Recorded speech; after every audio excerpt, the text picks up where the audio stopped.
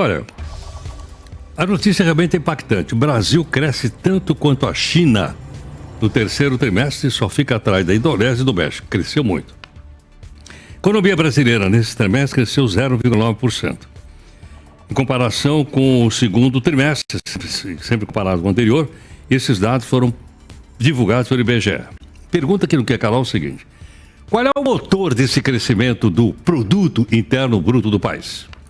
Conosco está Marcela Kawauchi, que é economista-chefe da Lifetime e é aqui nossa colunista. Marcela, muito obrigado aqui por atender o Jornal Nova Brasil. Bom dia, Heródoto. É um prazer falar com você. E aí, Marcelo, qual foi o motor que levou esse PIB a crescer desse jeito? O motor do crescimento da economia brasileira, desde o final da pandemia, tem sido o setor de serviços. Ele é o setor que mais cresce. Então, quando a gente olha esse número que você falou, do crescimento de 0,9% do PIB, ele é muito focado nessa parte do setor de serviços. Também cresceu 0,9% em relação ao trimestre anterior. Quando a gente olha em relação ao ano passado, o número fica ainda mais gritante, né, de crescimento forte. O PIB cresceu 3,1%, que é essa comparação aí que o pessoal está fazendo com o crescimento da China, e o setor de serviços cresceu 3,4%. Por que é tão importante o crescimento do setor de serviços? Porque ele é o setor que tem a maior participação no PIB brasileiro, ou seja, boa parte do PIB brasileiro é movido pelo setor que mais cresce, e é o setor que mais gera empregos. Mais da metade das vagas criadas no mercado de trabalho são relacionadas ao setor de serviços. Então, ele acaba gerando uma força endógena da economia. É como se o motor conseguisse se autoalimentar de alguma forma. Agora, tem que levar em conta também o consumo do governo, que também cresceu bastante nesse período.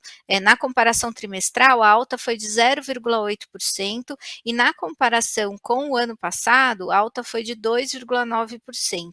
Por que é importante olhar isso?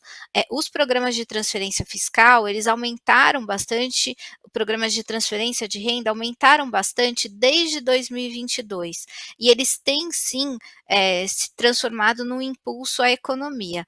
O problema é que quando o crescimento do setor de serviços, como eu falei, ele é uma questão endógena, né, a economia se autoalimenta, a parte do PIB que cresce por conta de auxílio governamental, ele tem duração curta, porque chega uma hora que acaba o dinheiro do governo, ele não tem mais como colocar isso na economia. Então, esses dois segmentos ajudaram o PIB a crescer, mas principalmente o setor de serviços é o que pode levar a um crescimento de prazo mais longo. Marcela, qual foi a contribuição que o chamado agronegócio deu nesse PIB?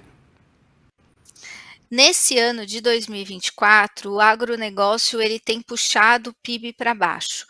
Quando a gente olha só a parte de agropecuária, sem contar os serviços e o comércio e transportes ligados ao agro, mas só plantação, a criação de gado, enfim, no trimestre, né, na comparação do terceiro trimestre com o segundo, houve uma queda de 0,9%. E na comparação com o mesmo mês do ano passado, a queda foi de 2,9%. Por que isso aconteceu? São dois motivos. Em primeiro lugar, a base estava muito elevada, a base do ano passado. Vale lembrar que em 2023 a gente teve uma super safra e naquele ano o PIB tinha sido puxado por agricultura. Então você já partia de uma base muito alta. Além disso, no terceiro trimestre desse ano, o Brasil viveu eventos climáticos muito adversos, principalmente a questão das queimadas e das secas no Brasil todo. Isso também fez com que a gente tivesse um desempenho pior do agronegócio ao longo desse terceiro trimestre do ano. Provavelmente isso já vai, né, o quarto trimestre, quando a gente tiver os números, a gente já vai ver alguma recuperação. Marcela, muito obrigado aqui pela gentileza. Muito obrigada pelo convite. Muito obrigado. Aqui conosco, então, conversando um pouco para a gente entender bem essa questão do PIB, que foi muito bem explicado pela Marcela Kawauchi, que é economista-chefe da Lifetime e participa aqui conosco da nossa programação. São 8h37.